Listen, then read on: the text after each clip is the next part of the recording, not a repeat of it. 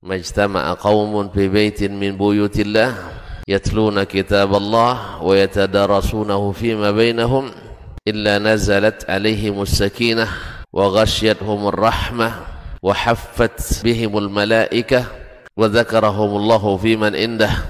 Tidaklah suatu kaum duduk di salah satu rumah Allah membaca ayat-ayat Allah dan sama-sama mempelajarinya kecuali turun kepada mereka as-sakinah, ketentraman dan kenyamanan, wa ghasyiyatuhumur rahmah, dan mereka diliputi pula oleh rahmat, kasih sayang dari Allah Subhanahu wa taala, wa haffat bihimul malaikah, dan mereka pun dikelilingi oleh para malaikat karena malaikat suka majlis-majlis zikir dan ilmu.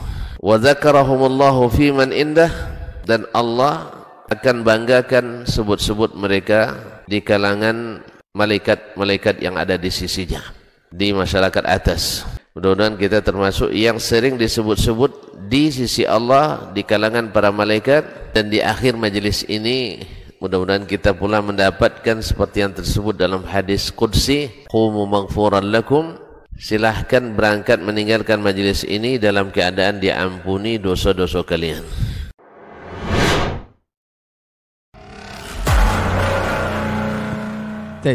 Bismillah, Assalamualaikum warahmatullahi wabarakatuh.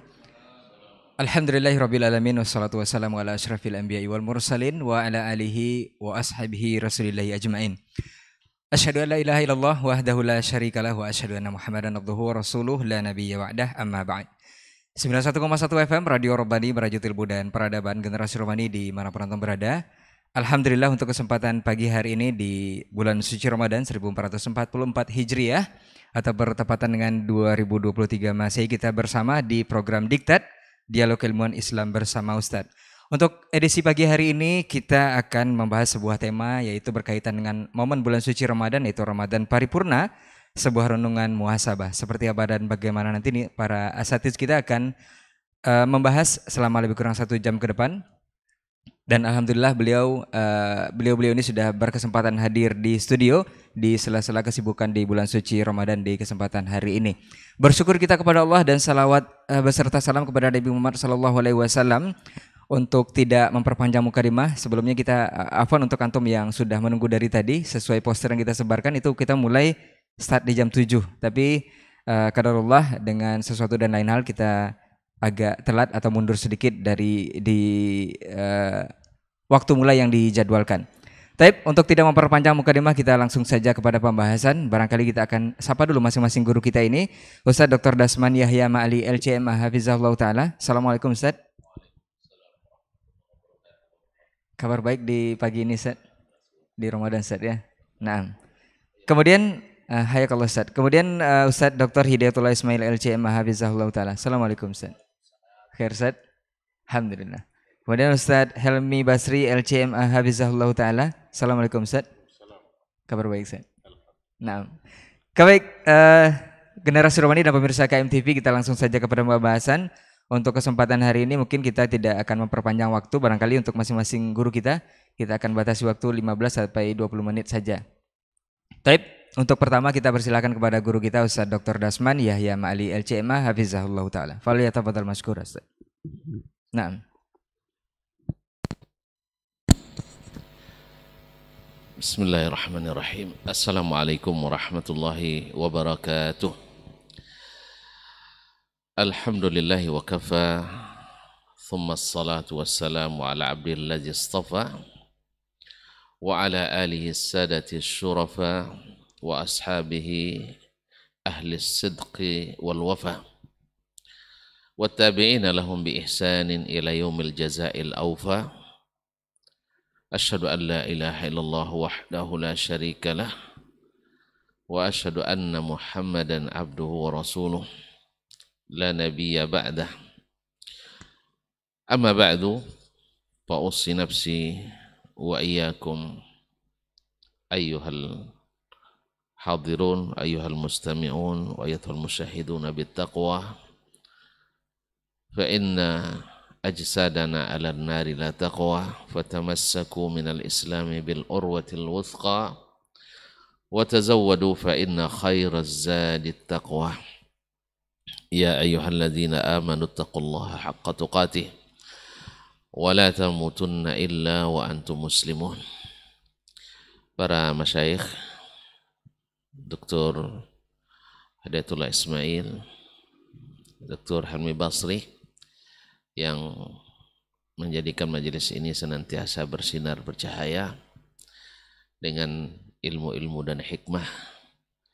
Kemudian saudaraku Rai Imran yang Masya Allah semangat luar biasa untuk setiap acara, dan ikhwah di studio Pak Cibayali dan Ustaz Adnan, serta para pemirsa dan pendengar dimanapun berada, para alim ulama, cerdik pandai, tokoh adat, tokoh masyarakat, kaum muslimin dan muslimat, para saimin dan saiman. Berbahagia pagi ini kita bisa bertemu, bersua, bincang-bincang suatu masalah yang mesti selalu ada dalam hati kita, apalagi berkaitan dengan RP. Tulis saja judulnya, temanya RP.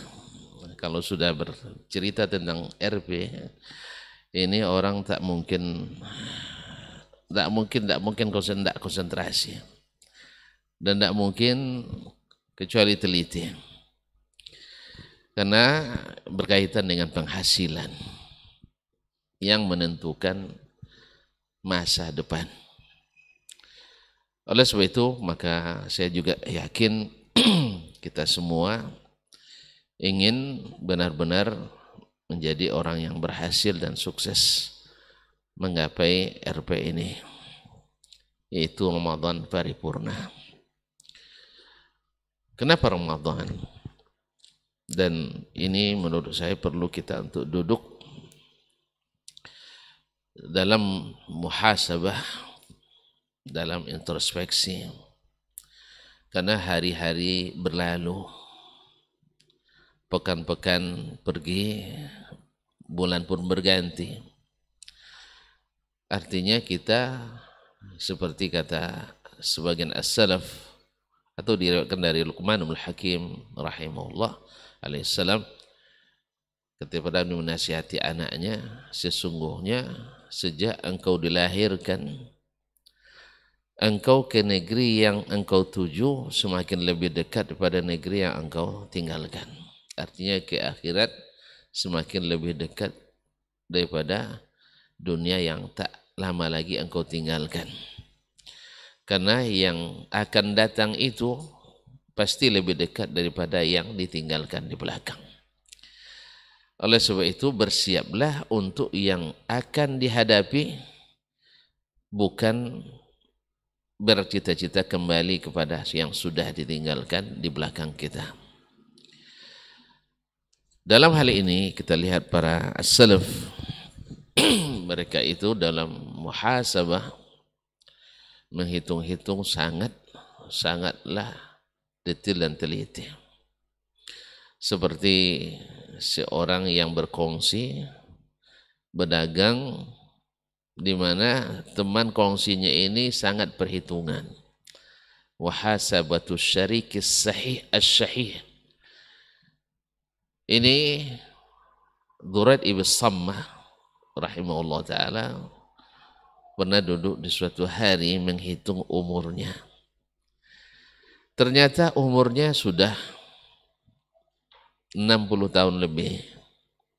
Kalau dikalikan dengan 360 hari per tahun, berarti sudah mencapai 21.000 hari lebih kurang, atau lebih dari 21.000 hari. Melihat kenyataan itu, dia pun berteriak histeris, ya wailah, alangkah celakanya diriku, alqa rabbi bi akthar min 21 khati'ah atau zamban. Saya akan bertemu dengan Rabbku dengan dosa lebih dari 21.000. Itu kalau per hari hanya satu dosa. Andainya per hari kita berbuat dosa 10, berarti 210.000 dosa. Kaum muslimin, kaum muslimat yang dirahmati Allah. Kalau kita bayangkan kita masuk ke suatu mahkamah dunia saja dengan membawa perkara 21 perkara yang didakwahkan kepada kita. Bahkan satu perkara saja membuat kita tak bisa tidur. Tidak bisa berkedip mata. Apalagi kalau kita membawa perkara 21 perkara. Apalagi 21.000 perkara atau 210.000 perkara. Sebab di akhirat, kaum muslimin dan muslimat, kita akan dihisab langsung oleh Rabbul Ardi was Samawat. Ma minkum min ahadin illa wa yukallimuhu rabbuh walaysa bainahu wa bainahu turjuman. Tak satu pun kalian kecuali pasti akan diajak bicara langsung oleh Rabbnya. Ini bagian tak percaya Allah berbicara, buktikannya di sana nanti. Walaysa bainahu wa bainahu turjuman. Tidak ada perantara atau penterjemah di antara keduanya. Ini sebagian mengatakan Allah menciptakan suatu makhluk lalu dia berbicara dari Allah SWT. Nah, besok tidak ada lagi makhluk perantara ini. Bagi yang tidak percaya, buktikan saja nanti Allah berbicara nanti di akhirat. Ma'asyiral kiram dirahmati Allah SWT. Laisa bainahu turjuman. Nah, kaum muslimin, kaum musliman, yang masalahnya adalah apakah kita dihisab dengan mudah atau dihisab dengan sulit? Kalau dihisab dengan mudah, Allah akan tutupi kita. Interviewnya secara tertutup. Arha as-sitra alaina. Dan itu Allah akan katakan, ya abdi, fa'alta fi yawmi kaza wa kaza? Qala ayya Rabb, a'rifu dhalik. Wa fa'alta fi yawmi kaza wa kaza? Kaza? Qala na'am ya Rabbi. Wah, lalu disebutkan semuanya dan semua diakui. Lalu Allah katakan, inni satartuha alaika fid dunya wa aghfiruha lakal yawm. Ini fasawfa yuhasabu hisaban yasira. Yang masalah adalah kalau masalah ini terlalu banyak, kaum muslimin dan muslimat dirahmati Allah, lalu kita dihisab dengan hisab yang berat. Maka dalam hadis disebutkan man nuqishal hisab uzib. Siapa yang hisabnya dimunaqashahkan. Apa terjemah pas munaqashah itu Ustaz? Dokter? Ini munaqashah ya. Tuan-tuan lihat kalau yang paling ditakuti oleh mahasiswa ujian adalah munaqashah terbuka. Sidang terbuka lebih ditakuti. Apalagi bila pengujinya killer. Padahal dia tidak tahu yang tersembunyi. Dia tidak tahu dia ini plagiasi, tidak tahu dia ini ada sebagainya, semuanya tidak tahu. Tapi yang sekarang menghisab kita, yaitu man la yakhfa alaihi khafiyah, ya'lamu sirra wa akhfa.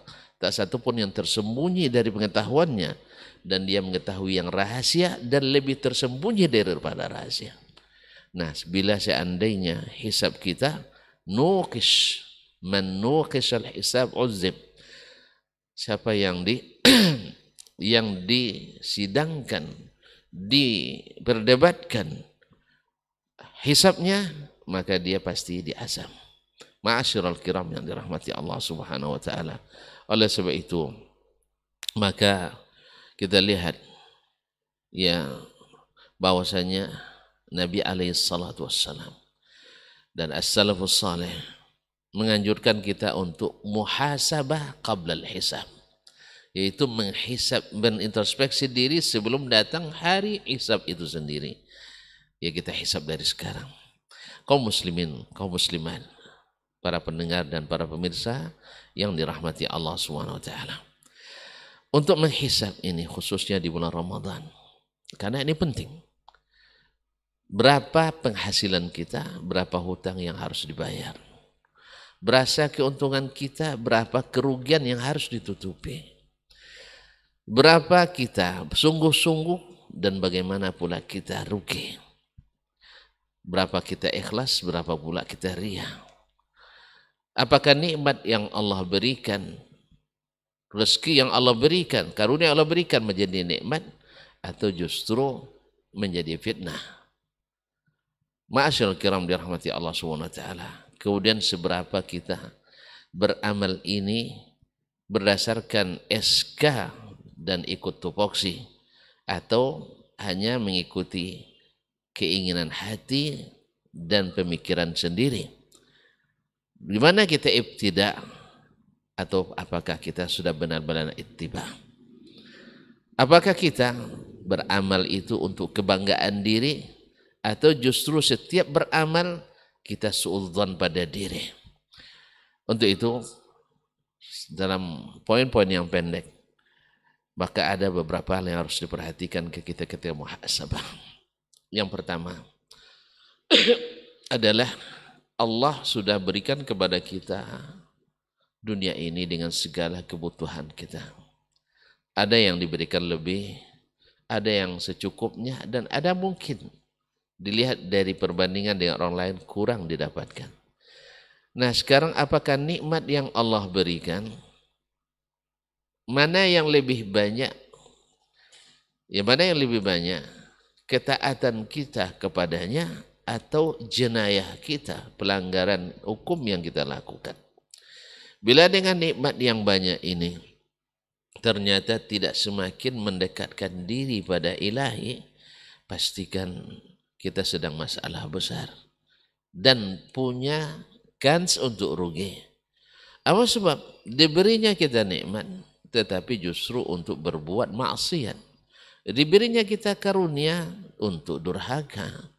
Diberinya kita jabatan tapi untuk unjuk kehebatan, bukan untuk kemaslahatan bagi hamba-hamba Allah Subhanahu wa taala. Diberinya kita ilmu, tetapi kita justru menempuh jalan kesesatan, tidak mengikuti ilmu yang Allah karuniakan.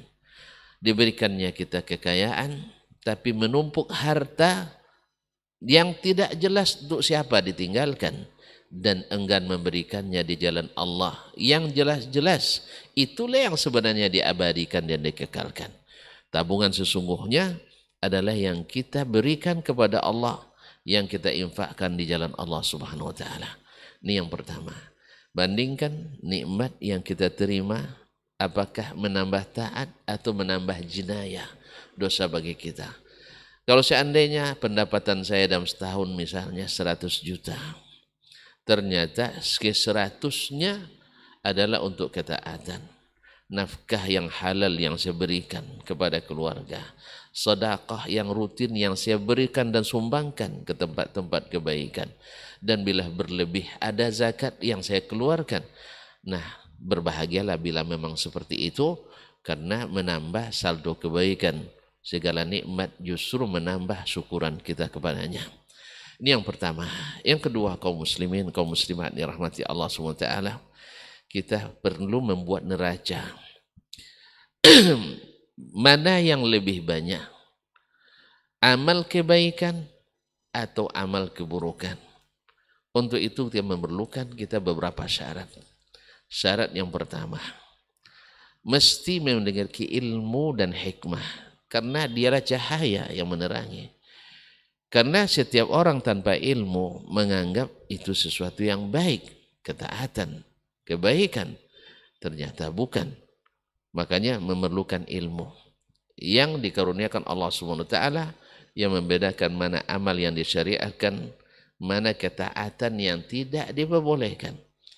Karena sesungguhnya kita berhitung dengan Allah, dan sang pemilik pahala itu hanya Allah.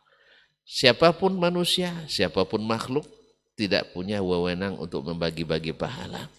Tapi mereka diberikan kemampuan untuk memahami perintah-perintah Allah dengan ilmu mereka yang mendalam, tetapi tidak punya otoritas untuk membuat amalan-amalan tertentu. Maka masuk pada yang ketiga, yaitu apakah kita benar-benar dalam beramal itu sudah ittiba atau lebih banyak ibtidah.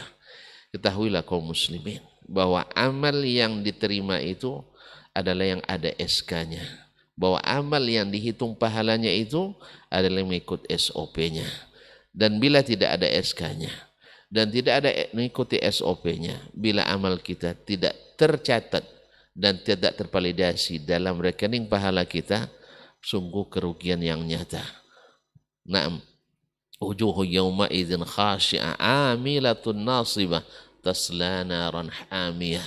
Itu ditafsirkan oleh Umar bin Khattab radhiyallahu anhu, yaitu orang-orang yang beramal dengan segala kemampuan yang Allah miliki, yang diberikan Allah kepadanya, tetapi tidak berdasarkan ilmu dan syariat, sehingga capek beramal tapi hasilnya tidak tercatat dalam pahala amal. Yang keempat, ketahuilah bahwa sesungguhnya di samping kita harus mengikut dan harus benar-benar karena Allah SWT. Bandingkan, hitung amal kita hari per hari. Hari ini subuh saya riyakah atau ikhlas? Sekarang saya melakukan ini misalnya aktivitas bagi dosen mengajar, bagi guru mendidik, bagi pegawai mengerjakan pekerjaan, memberikan pelayanan, bagi pemimpin mengayomi umat, bagi ulama menyebar ilmu, bagi yang memiliki harta bersedekah. Nah, coba lihat, apakah ikhlas saya mengamalkan setiap yang saya lakukan ini, atau justru riya yang mengkerayangi? Maka bila seandainya ternyata riya lebih dominan, maka cepat-cepat kita menjemput kembali keikhlasan yang sudah berhilang. Maka mulai dari sekarang, khususnya di Ramadan ini, karena ini adalah kesempatan menimba, kesempatan mengambil sebanyak-banyaknya kebaikan, karena di bulan puasa ini segala sesuatu diberikan kelipatan yang tidak dikira dan tidak dibatasi oleh Al-Karim Ar-Rahman. Dan yang kelima, yang perlu dipertukan di saat kita muhasabah adalah senantiasa kita merasa diri kita ini lemah, bersuudzon pada diri, tak pernah merasa hebat, tak pernah merasa cukup, tak pernah merasa kita yang paling tinggi, tak pernah merendahkan orang lain, tak pernah ujub dan kagum pada diri sendiri, karena semua ini adalah penyakit. Oleh sebab itu, orang yang muhasabah selalu khawatir dan selalu takut. Jangan-jangan mereka itu tidak diterima amalnya. Oleh sebab itu, ciri khas ulama rabbaniyin adalah al-khasyah, selalu merasa takut. Ciri khas orang-orang ulama al-amilin adalah senantiasa tawadhu dan tidak membanggakan amalnya. Innama yakhshallaha min ibadihil ulama. Mudah-mudahan dengan kelima poin ini kita benar-benar bisa muhasabah diri sebelum dihisab oleh ilahi, dan semoga semuanya bisa melaksanakan, dan sangat mudah asal kita mau biiznillah ta'ala, sehingga RP yang kita harapkan benar-benar tercatat dalam validasi para malaikat yang mencatat dan disimpan sampai kita butuhkan di akhirat lengkap tanpa ada cacat. Wabillahi taufiq wal hidayah. Terima kasih dan mohon maaf. Selanjutnya pasti insyaallah dikembangkan oleh kedua syekh kita biiznillah taala. Jazakumullahu khairan. Wassalamualaikum warahmatullahi wabarakatuh. Waalaikumsalam warahmatullahi wabarakatuh. Tapi jazakallah khairan untuk pendahuluan kita di materi kita untuk hari ini, Ramadan Paripurna atau RP, sebuah renungan muhasabah. Kita akan lanjutkan mendengarkan penjelasan dari guru kita Ustaz Dr. Hidayatullah Ismail LCMA Hafizahullah Ta'ala. Fal yatafadhal mashkur Ustaz. Bismillahirrahmanirrahim. Assalamualaikum warahmatullahi wabarakatuh. Alhamdulillah, wassalatu wassalamu ala rasulillah, wala hawla wala quwata illa billah. Amma ba'd, para masyayikh, guru-guru kita yang kita muliakan, Ustaz Dr. Dasman Hayam Ali LCMA dan Ustaz Dr. Helmi Basri LCMA, teman-teman yang berada di studio, serta kaum muslimin dan muslimat, as-sa'imin as-sa'imat, al-mustami'in wal mustami'at, hafidhakumullah wa ra'akum. Alhamdulillah, pagi yang indah dan cerah, kita kembali dipertemukan Allah dalam majelis yang mulia ini, majelis ilmu yang selalu membawa kebaikan dalam hidup kita, karena dia adalah cahaya yang senantiasa menerangi jalan kita. Karena sesungguhnya ilmu itu adalah cahaya yang selalu membawa dan menerangi kita kepada kebaikan. Maka jadikanlah cahaya itu terus ada dalam diri kita agar kita selamat sampai ke tujuan yang ingin kita capai. Kemudian kita mengucapkan salat dan salam untuk Nabi kita sallallahu alaihi wasallam. Mudah-mudahan kita diberi taufik oleh Allah untuk senantiasa bisa mengikuti dan mencontoh apa-apa yang telah diperintahkan Nabi kita sallallahu alaihi wasallam dan apa-apa yang disukai olehnya. Alhamdulillah, Allah memberikan kepada kita kesehatan sehingga kita bisa berjumpa dan bisa melaksanakan Ramadan, puasa Ramadan. Hari ini hari yang ke-12 ya, Masya Allah, tabarakallah. Setelah lewat 10 pertama dari bulan Ramadan ini, sekarang kita memasuki dan sedang berada di bagian yang kedua. Kalau kita boleh bagi ya 3 bagian, 10 pertama, kedua dan ketiga, gitu ya. Agar kita bisa mencoba melihat ya, apa yang sudah kita lakukan dari hari-hari yang telah terlewatkan, dari masa-masa yang telah kita habiskan, dari kebaikan-kebaikan yang dianjurkan. Seiring kita melihat apa yang belum kita lakukan atau yang belum kita maksimalkan, agar Ramadan kita paripurna, agar hasil yang kita dapatkan sesuai dengan yang diinginkan, yang telah Allah tetapkan, menjadi hamba Allah yang keluar dari madrasah Ramadan dengan predikat al-muttaqun. Ketika kita menginginkan sebuah nilai yang bagus, prestasi yang baik, tentulah tidak serta-merta kita akan melewati dengan santai. Tidak mungkin akan kita raih dengan tanpa kesungguhan, tanpa kita selalu mengevaluasi. Maka itulah pada kesempatan yang singkat ini saya ingin mengajak diri sendiri dan kita semua hadirin hadirat agar kita melihat apa yang seharusnya kita lakukan. Ikhwah fillah rahimakumullah.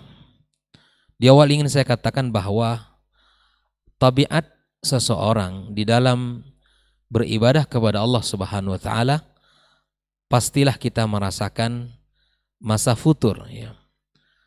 Masa lesu dalam ibadah. Apalagi sudah masuk 10 kedua. Setelah kita lewati lebih kurang ya 11 hari ya. Nah, artinya barangkali keimanan kita, nuansa-nuansa ketaatan kita itu sudah mulai menurun. Sudah mulai agak lesu dari jika dibandingkan dari awal-awal kita berpuasa di bulan suci Ramadan. Nah, hal ini adalah wajar. Hal ini adalah sesuatu yang biasa. Baginda kita alaihi salatu wassalam sebagai guru dalam kehidupan kita beragama, guru besar dalam kehidupan kita beragama, telah mengingatkan akan hal ini ya. Telah mengingatkan akan hal ini. Nabi sallallahu alaihi wasallam mengatakan innal imana la yakhluqu fi jawfi ahadikum kama yakhluqu thawb fas'alullaha ayyujaddida imanakum. Bahwa sesungguhnya iman yang ada di relung hati kita ini ya diciptakan seperti mana dia baju diciptakan atau dibuat ya. Begitulah kondisi keimanan kita. Sebagaimana para ulama mengatakan al-imanu yazidu wa yanqus. Ya, iman itu bertambah, iman itu berkurang. Suasana hati itu berubah-ubah. Nuansa-nuansa hati itu juga akan selalu berubah. Apalagi RP-nya banyak.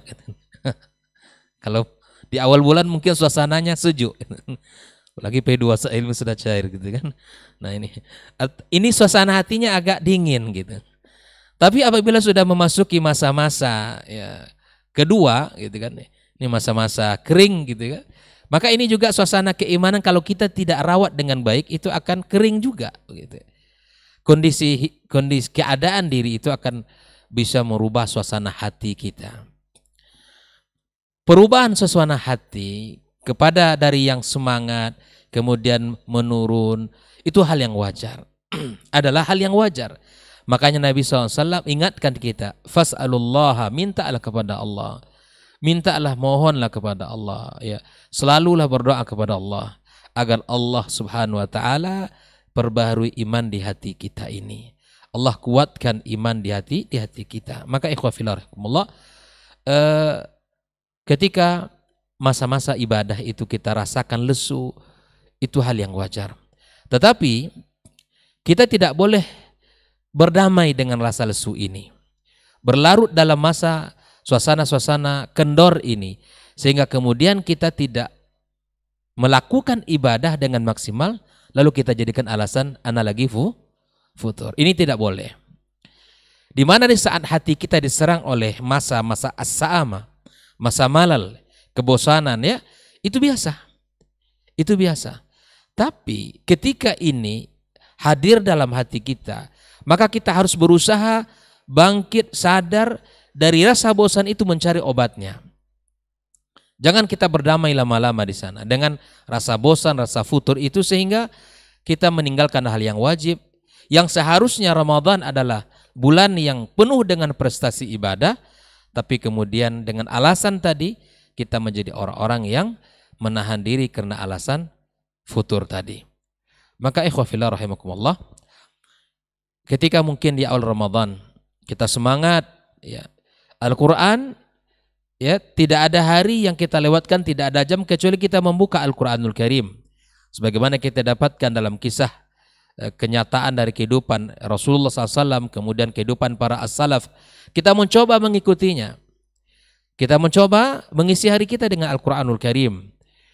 Sehingga ketika saudarinya Malik ditanya, ma syughlu Anas, ya, maka kemudian kata saudarinya, tidak ada illal mushaf wa tilawah. Tidak ada pekerjaan beliau kecuali Al-Quran dan tilawah. Dan kita mencoba dari awal, mencoba hari-hari kita sehingga tidak ada hari kecuali kita membaca Al-Quranul Karim. Sehingga kalaulah masa berganti masa, ya, hari berganti hari, tidak ada hari yang sudah kita pegang di situ Al-Quran, maka ini sesuatu yang aneh dalam kehidupan kita, wabil khusus di bulan suci Ramadan. Maka kenalilah perubahan-perubahan itu ya. Kenalilah perubahan-perubahan itu. Kita di awal bangun, ya sahur, bahkan mungkin ditambah sebelum sahur kita qiyam. Kemudian kita salat subuh berjamaah. Lalu kemudian kita duduk sampai waktu syuruk. Barangkali ada yang bisa seperti ini. Kemudian dibaca Al-Quranul Karim. Di pagi hari dia sudah berinfak, bersedekah. Kemudian dia beraktivitas, yang ngajar, kemudian ke kantor, yang pedagang kemudian dia ke tempat dagangannya. Kalimat istighfar, kalimat tasbih, tahmid itu terus selalu dibaca. Kemudian begitu sampai malam dia qiyam dan seterusnya. Sesungguhnya ini standar yang ada pada diri kita. Kita bisa melakukan itu. Dan lihat standar-standar apa yang sudah pernah kita lakukan dalam kebaikan. Kembalikan. Jangan sudah kita merasa ya bahwa sangat banyak amalan kita. Seperti yang diingatkan oleh guru kita tadi ya. Jangan pernah kita merasa cukup dengan apa yang sudah kita lakukan. Maka kenali diri kita dengan 10 kedua ini, apa-apa yang telah pernah kita lakukan, bisa kita lakukan dalam satu hari dengan berbagai kebaikan, maka kembali kita untuk melakukannya. Saya teringat dengan semangat Ali bin Abi Thalib radhiyallahu taala anhu, seperti yang dikatakan kepadanya, ya Amirul Mukminin, ini sebuah muhasabah untuk kita semuanya. Kata beliau, saumun bin nahar, ya, wa sahrun bil lail, ya, wa ta'bun fi madzalika. Hari-harimu diisi dengan puasa, siang malammu diisi dengan ibadah kepada Allah Subhanahu wa taala. Antara keduanya ada keletihan, ada kepenatan. Setelah Ali salat, kemudian dia mengatakan kepada yang bertanya, safarul akhirati tawilun. Sesungguhnya safar kepada akhir itu panjang sekali. Panjang sekali. Wa nahtaju ila qat'ihi bisahril laili. Kita butuh untuk memutus ya perjalanan yang panjang itu dengan kita berbekal di malam hari dengan qiyam kepada Allah Subhanahu wa taala. Ikhwa fillah rahimakumullah. Ini semangat para hamba-hamba Allah yang saleh. Para aulia Allah, para sahabat Nabi yang mulia. Mereka tidak pernah merasakan bahwa amal mereka sudah cukup, sudah sempurna. Mereka selalu merasa menuduh diri mereka. Merasa menuduh diri mereka tidak cukup dengan amal itu. Jangan-jangan Allah tidak menerima amal yang ini. Saya harus melakukan amal yang ini. Jangan-jangan Allah Subhanahu wa taala tidak menerima amal saya yang itu dan saya harus lakukan ini. Begitulah mereka di dalam mempersiapkan diri, di dalam beramal kepada Allah Subhanahu wa taala, di dalam menjemput ya kebaikan-kebaikan, menjemput surga Allah Subhanahu wa taala. Tidak pernah mereka menuduh kalau mereka sudah merasa cukup, kalau sudah mereka banyak beramal, kalau mereka sudah ya mendapatkan kalimat-kalimat ya radhiyallahu anhu wa radu'an. Tidak, mereka selalu berusaha menjadi orang-orang yang merasa taksir di dalam ibadah. Orang-orang selalu kurang di dalam ketaatan kepada Allah Subhanahu wa taala. Fa idza faragta fansab. Kalau kamu sudah selesai melakukan suatu kebaikan, amal ibadah, maka pindah kepada ibadah-ibadah yang lain. Ini yang harus kita lakukan. Ya, berkaitan dengan 10 kedua, tentu ini adalah masa-masa yang singkat juga. Sebagaimana kita merasakan 10 hari awal itu masa-masa singkat sekali. Yang akan kita jelang puncak 10 terakhir. Ini akan kita jelang bersama. Baru kemarin kita bicara bahwa Ramadan sudah tiba, sekarang sudah masuk pada pertengahannya. Ikhwah fillah rahimakumullah, tentu ini perlu penyikapan, perlu muhasabah, perlu renungan agar Ramadan kita paripurna, agar ibadah kita sempurna, agar kita tidak menyesal nanti di hari di mana kita selesai Ramadan. Alhamdulillah kita memuji Allah dengan segala kenikmatan yang Allah berikan, kita bisa melaksanakan Ramadan dengan maksimal. Ikhwah fillah rahimahullah. Lalu apa yang harus kita lakukan? Yang pertama adalah sebagaimana Allah katakan di dalam surah Fussilat ayat 6 ya fastaqimu ilaihi wastaghfiruh. Ya, ini adalah nasihat Allah kepada kita agar kita tetap istiqamah mengikuti jalan Allah Subhanahu wa taala dengan cara membenarkan perintah-perintahnya, meninggalkan segala larangan-larangan Allah, menjauhkan segala apa yang dibenci Allah Subhanahu wa taala. Ikuti jalan yang bisa mengantarkan kepada ridhanya, yang mengantarkan kepada ampunannya, yang mengantarkan kepada kemenangan, as-sa'adah, kebahagiaan dunia dan akhirat. Ikuti itu. Ikuti itu. Kalau kita sudah melakukan di awal-awal Ramadan sampai 10 awal selesai, alhamdulillah istiqamah, ikuti apa yang telah dicontohkan Rasulullah SAW dan bagaimana kita harus ya mengisi di sisa-sisa hari kita. Kemudian walaupun kita sudah berusaha dengan maksimal dengan kekuatan tenaga yang kita punya, kita berusaha, pasti akan tetap ada taksir, akan tetap ada kekurangan-kekurangan. Maka disitulah kita harus beristighfar kepada Allah Subhanahu wa taala. Di sini kita tahu ikhwah fillah, kenapa di antara sunnah Nabi sallallahu alaihi wasallam selesai salat di dalam salat 5 waktu kita, zikir yang pertama yang dianjurkan adalah mengucapkan istighfar kepada Allah Azza wa Jalla, minta ampun kepadanya, minta ampun kepada Allah Subhanahu wa taala. Karena bagaimanapun ya kita berusaha untuk khusyuk kepada Allah di dalam salat kita, namun akan tetap ada taksir, kekurangan yang kita dapatkan dalam pelaksanaan ibadah kita. Maka caranya adalah kita meminta ampun kepada Allah Subhanahu wa taala. Kita minta ampun kepadanya, memohon ya istighfar kepada Allah Subhanahu wa taala. Nah, inilah kita harus perbanyak. Bahkan subhanallah, kedudukan istighfar itu dikatakan oleh Syekhul Islam Ibnu Taimiyah. Bahkan dia mengatakan bahwa istighfar itu terkadang lebih utama daripada permintaan doa kita kepada Allah Subhanahu wa taala. Karena sesungguhnya Allah tahu dengan apa yang ingin kita minta. Dengan istighfar itu Allah akan kabulkan apa yang ingin kita minta kepadanya. Yang kedua, ikhwah fillah rahimakumullah, agar Ramadan kita paripurna, maka laluilah hari-hari Ramadan kita dengan tauhid yang benar, dengan akidah yang kokoh. Jangan sampai di dalam hari-hari kita berpuasa ini kita masih ada keyakinan-keyakinan yang mengandung unsur kesyirikan kita kepada Allah Subhanahu wa taala. Karena dosa, kalau kita berbicara tentang hal-hal yang akan membatalkan atau mengurangi ibadah puasa, ya paling kita mengukur dengan skala yang paling kecil. Ya kan? Sering kita bicara bahwa di antara hal yang membatalkan, mengurangi ibadah pahala puasa kita, di antaranya adalah berkata-kata kotor, gitu ya. Berkata-kata arrafas, berkata-kata yang sia-sia. Seringkali, dan itu benar memang. Itu benar.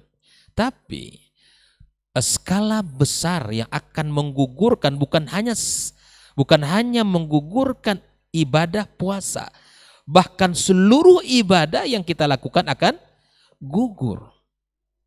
Itulah kesyirikan kepada Allah Subhanahu wa taala. Bukan hanya skala kecil di mana kesyirikan itu akan menghapuskan pahala siam, tapi akan menggugurkan seluruh kebaikan, seluruh amal saleh, seluruh ketaatan. Inilah kerugian yang paling besar sesungguhnya. Inilah bangkrut yang tiada tara. Kenapa? Karena kita sudah lelah melakukan amal, sudah kita bercapek-capek melakukan ketaatan, tapi kemudian tidak dipandang Allah Subhanahu wa taala. Maka lewati hari-hari Ramadan kita dengan akidah yang benar, tauhid yang benar kepada Allah Tabaraka wa taala, terhadap rububiyah Allah Azza wa Jalla, terhadap uluhiyah kepada Allah Subhanahu wa taala, asma dan sifat. Kita benarkan keyakinan-keyakinan kita kepada Allah. Jangan ada di hari-hari di saat kita perut kita kosong, kemudian kerongkongan kita kering, tapi kita meyakini kalau bergerak-gerak sedikit alis mata ini ada sesuatu lagi nih. Atau sedang tiba-tiba gitu ya, bergerak bibir kiri kanan, ini ada orang yang Bapak seperti ini, ikhwah fillah, tinggalkan dalam kehidupan kita. Atau meyakini sesuatu yang barangkali akan membawa kepada kehancuran daripada keimanan kita. Maka bersihkan akidah kita dari kesyirikan, baik syirik kecil maupun syirik besar. Allah Subhanahu wa taala telah mengatakan, la in asyrakta la yahbatanna amaluk. Kontan itu. Kalau engkau melakukan kesyirikan kepada Allah, sudah amal batal. Bukan hanya sekadar puasa, tapi salat juga akan hilang, infak sedekah akan hilang, qiyam Ramadan akan hilang. Ya, rugilah kita ikhwah fillah rahimakumullah. Bulan yang penuh dengan kebaikan ini, bulan yang paripurna ini, Allah berikan amal berlipat-lipat pahalanya, dan Allah bebaskan dari neraka Allah, dan Allah jadikan kita orang-orang yang kemudian orang-orang muttaqin. Kita tidak mendapatkan predikat itu. Maka bersihkanlah akidah kita dari segala bentuk kesyirikan yang ada dalam hati kita. Buang jauh-jauh, kuburkan keyakinan-keyakinan yang batil dalam akidah kita, ya, sehingga ibadah kita. Makanya ikhwah fillah rahimakumullah, tidak ada yang paling pertama untuk kita bengkeli, kita bawa ke bengkel itu adalah kecuali kerusakan dari akidah kita. Bawa, diobati dengan tauhid yang benar, yang dipandu oleh Kitabullah dan Sunnah Rasulullah Sallallahu Alaihi Wasallam. Ketika kita menjalankan ibadah dengan tauhid yang benar, kita akan merasakan nikmat dan lezatnya ibadah itu. Ditambah dengan perbanyak istighfar kepada Allah Azza wa Jalla. Karena rasa hambar di dalam menikmati ibadah tidak lain tidak bukan karena dosa-dosa yang ada dalam hati kita. Kezaliman yang paling besar adalah kesyirikan kepada Allah Subhanahu wa taala. Dan dosa yang paling besar adalah kesyirikan, ya, kepada Allah Subhanahu wa taala. Nah, ikhwah fillah rahimakumullah. Yang ketiga, agar Ramadan kita paripurna, agar maksimal di dalam ketaatan kita kepada Allah Subhanahu wa taala, maka lewati Ramadan dengan menjauhkan sifat-sifat al-munafiqin, sifat-sifat orang-orang munafik. Karena orang munafik itu bisa jadi dia sholat, rajin, bisa jadi dia berpuasa, ya beribadah, infak sedekah. Ya tokoh munafik di kota Madinah itu hidup di dekat lingkungan Nabi SAW, bertetangga dengan Nabi tinggalnya. Dia sholat bahkan di belakang Nabi SAW, tapi dia adalah orang-orang yang merusak agama yang mulia ini. Lalu apa yang menjadi tanda dan ciri mereka? Kapan seseorang terpapar dengan penyakit nifaq ini? Ya, jelas bahwa Nabi mengatakan ayatul munafiki thalath. Tanda orang munafik itu 3 hal. Ya, kalau dia bicara pasti dekat dengan dusta. Ya, kalau sudah bicara maka tidak ada yang bisa dipercaya dari omongannya. Ya. Kalau sudah berjanji dengan saudara maka pasti mangkir. Pasti dia tidak akan tepati. Dan kalau diberikan amanah maka dia khianat. 3 hal ini pun harus kita hindarkan dalam ibadah Ramadan kita. Janji dengan istri tepati, gitu kan? Janji dengan sahabat penuhi. Janji dengan orang-orang yang telah kita ada komunikasi maka tepati. Jangan mangkir. Ya, jangan kita menjadi orang-orang yang kemudian kita tercatat kita tidak termasuk orang-orang yang bisa dipercaya dari ucapan. Maka ikhwafillah rahimakumullah, lewati Ramadan kita dengan menjauhi sifat-sifat munafiqin, karena sifat itu ada pada setiap orang kecuali orang-orang yang Allah selamatkan darinya. Dengan kita berharap ya beribadah, melakukan ketaatan, melakukan amal saleh, ya, itu semua akan bisa menghanguskan, ya, menghabiskan, mengikis sifat-sifat kemunafikan di dalam hati kita. Kemudian ikhwafillah rahimakumullah, agar Ramadan kita paripurna, maka ada di antara orang yang tidak diterima Allah Subhanahu wa taala amalnya adalah, salah satunya adalah ya, orang-orang yang aqun liwalidayhi, orang-orang yang durhaka kepada orang tuanya. Maka ikhwafillah rahimakumullah, Ramadan yang indah ini adalah kesempatan kita untuk menunjukkan bakti kita kepada orang tua kita. Tunjukkan bakti kita. Bahkan di dalam hadis yang kita dapatkan ketika Nabi SAW naik mimbar itu kan salah satunya adalah dari 3 yang diaminkan oleh Nabi SAW dari doa Jibril alaihissalam, adalah salah satunya orang yang bertemu dengan kedua orang tuanya atau salah satu dari kedua orang tuanya, tapi dia tidak berhasil menjadikan orang tuanya itu sebab dia untuk masuk kepada surga Allah Subhanahu wa taala. Nah, ikhwafillah, Ramadan kesempatan kita ya untuk menunjukkan bukti kita kepada kedua orang tua kita. Kalau yang sudah meninggal dunia bagaimana? Masih banyak peluang untuk itu.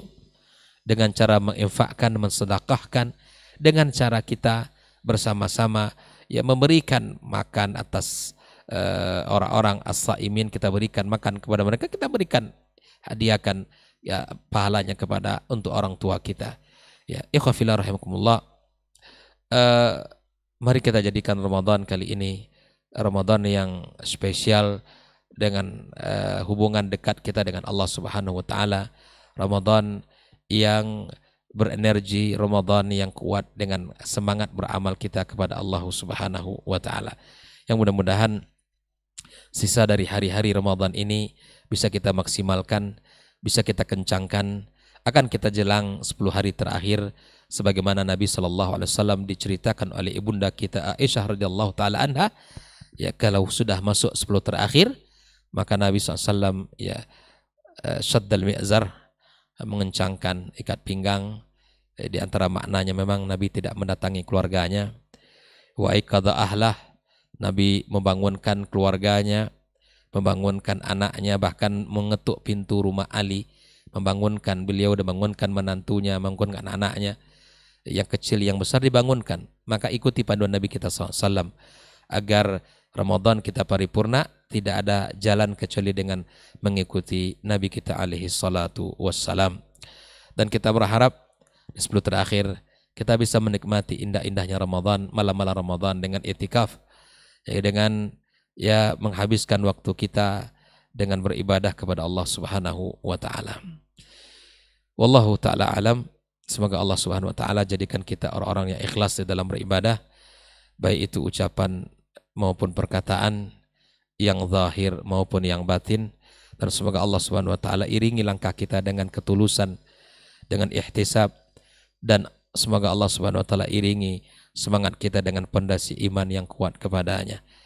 Semoga Allah jadikan kita mimman sama Ramadhan imanan wa ihtisaban, dan semoga Allah jadikan kita mimman qama Ramadhan imanan wa ihtisaban, dan semoga juga Allah jadikan kita nanti pada 10 terakhir Ramadan mimman qama Lailatul Qadri imanan wa ihtisaban. Semoga Allah karuniakan kita taufik, dan Allah karuniakan kepada kita ampunan dan ridha serta pemaafan dari dosa-dosa kita, dan semoga Allah catat kita termasuk orang-orang muttaqin yang akan bisa masuk kepada surga yang Allah sediakan, disebut dengan surga Ar-Rayyan. Jika masuk padanya as-saimun la yadkhul minhu ahadun ba'dah, tertutuplah setelahnya, tidak ada kesempatan kecuali mereka orang-orang yang berpuasa. Wa sallallahu ala nabiyyina Muhammadin wasallam. Wa subhanakallahumma bihamdika asyhadu an la ilaha illa anta astaghfiruka wa atubu ilaik. Wassalamualaikum warahmatullahi wabarakatuh. Waalaikumsalam warahmatullahi wabarakatuh. Masya Allah, barakallahu fiik untuk Ustadz Hidayatullah Ismail LCMA Hafizahullah Ta'ala. Berikutnya di sesi terakhir kita akan dengarkan penjelasan dari guru kita Ustadz Dr. Helmi Basri LCMA Hafizahullah Ta'ala. Fal yatafadhal masykur Ustadz. Nah. Bismillahirrahmanirrahim. Assalamualaikum warahmatullahi wabarakatuh. Alhamdulillahirabbil alamin wal aqibatu lil muttaqin wala udwana illa 'alal zalimin. Asyhadu an la ilaha illallah wahdahu la syarikalah wa asyhadu anna Muhammadan abduhu wa rasuluh la nabiyya ba'dah. Para masyayikh, guru-guru kita yang sama-sama kita muliakan, Dr. Dasman, Dr. Hidayatullah, mudah-mudahan Allah selalu menjaga mereka. Saudara Ray yang setia bersama kita, dan ikhwah yang hadir di studio, serta para pendengar dan para pemirsa Radio Rabbani dan KMTV dimanapun berada yang sedang menyaksikan atau mendengarkan acara kita pada pagi hari ini. Mudah-mudahan kita senantiasa dijaga oleh Allah Subhanahu wa Ta'ala, dijaga iman kita, dijaga semangat ibadah kita, dijaga istiqamah kita selama bulan Ramadan yang mudah-mudahan berpengaruh pada 11 bulan berikutnya. Mari sama-sama kita kembali memperbanyak ungkapan puji dan syukur kepada Allah Subhanahu wa Ta'ala pada pagi yang penuh berkah ini, pada pagi yang ke-12 dari rangkaian hari-hari Ramadan kita. Kita masih diberikan kesehatan oleh Allah dan masih diberikan semangat iman. Mudah-mudahan kita senantiasa mampu untuk mensyukuri apapun bentuk nikmat yang selalu diberikan oleh Allah dalam kehidupan kita. Mensyukuri itu tidak hanya cukup dengan ucapan lisan saja, akan tetapi syukur nikmat itu harus dibuktikan dengan amal-amal nyata dalam kehidupan keseharian kita. Ketika Allah berikan kita kesehatan, lalu tidak cukup dan mengucapkan Alhamdulillah. Haruslah sehat kita itu kita gunakan untuk mendekatkan diri kita kepada Allah. Ketika Allah memberikan kita harta, tidaklah cukup hanya dengan mengucapkan Alhamdulillah lalu dianggap bersyukur. Itu syukur lisan. Tetapi bagaimana harta yang diberikan oleh Allah selalu kita gunakan untuk menambah jumlah kebaikan, menambah jumlah pahala, yang dengannya kita bisa semakin dekat kepada yang memberikan nikmat.